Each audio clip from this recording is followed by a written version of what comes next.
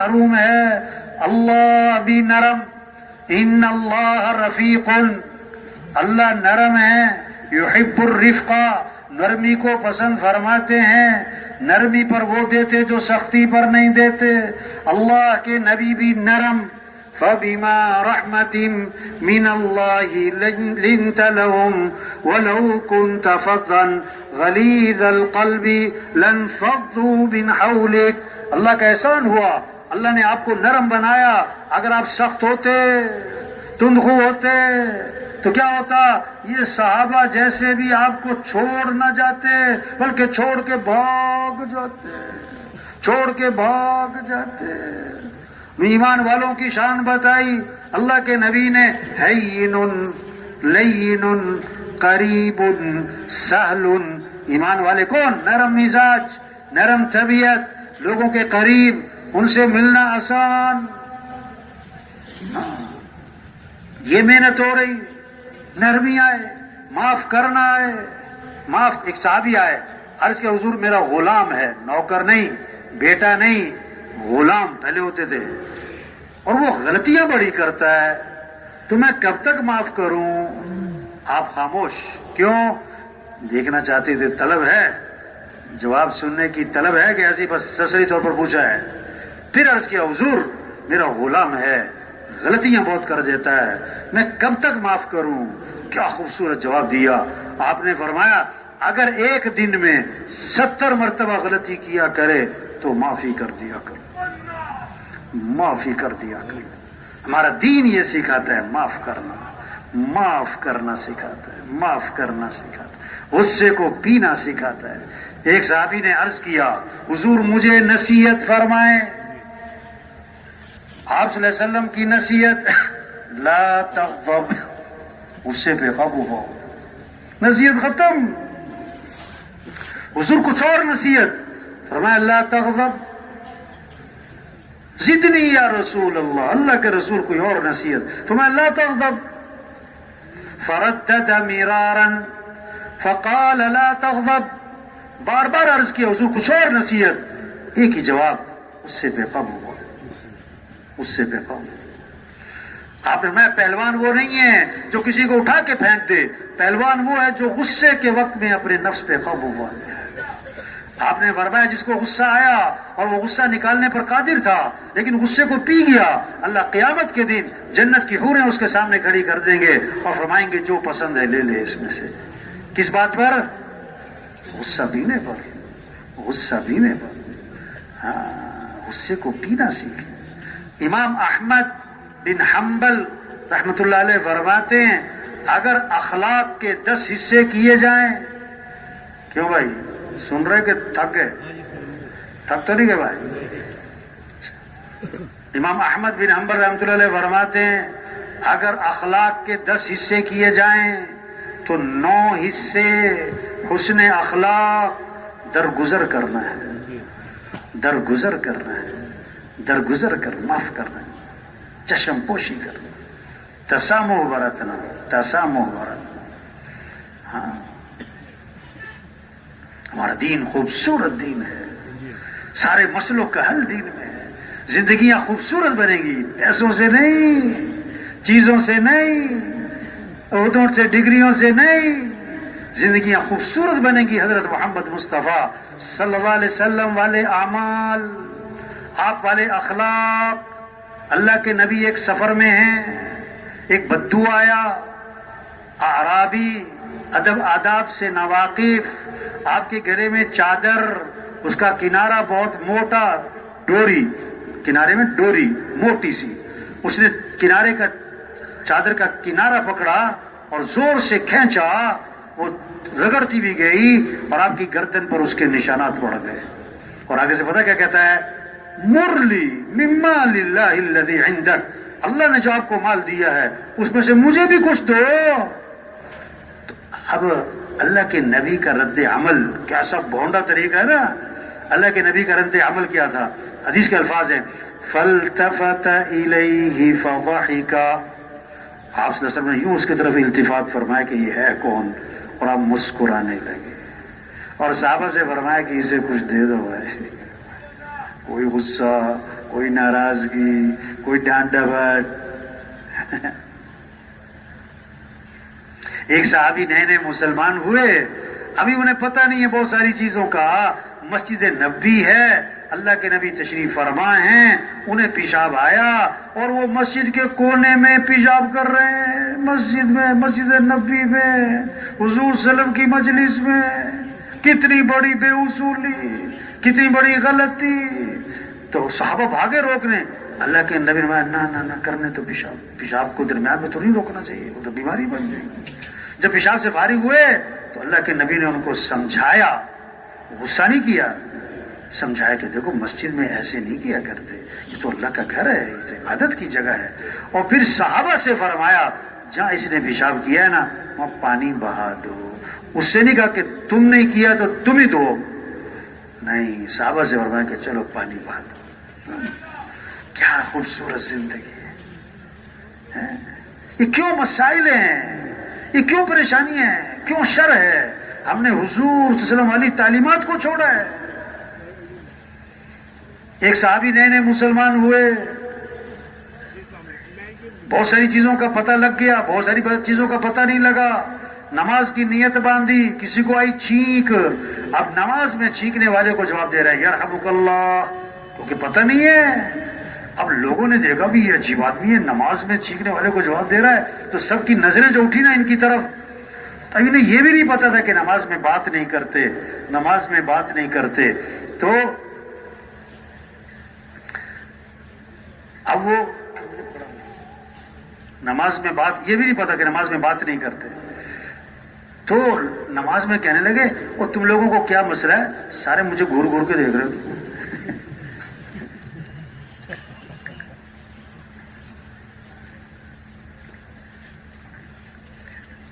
سب نے اشارہ کیا کہ چپ ہو جاؤ. چپ ہو گئے، پتہ نہیں لگا مسئلہ ہے کیا.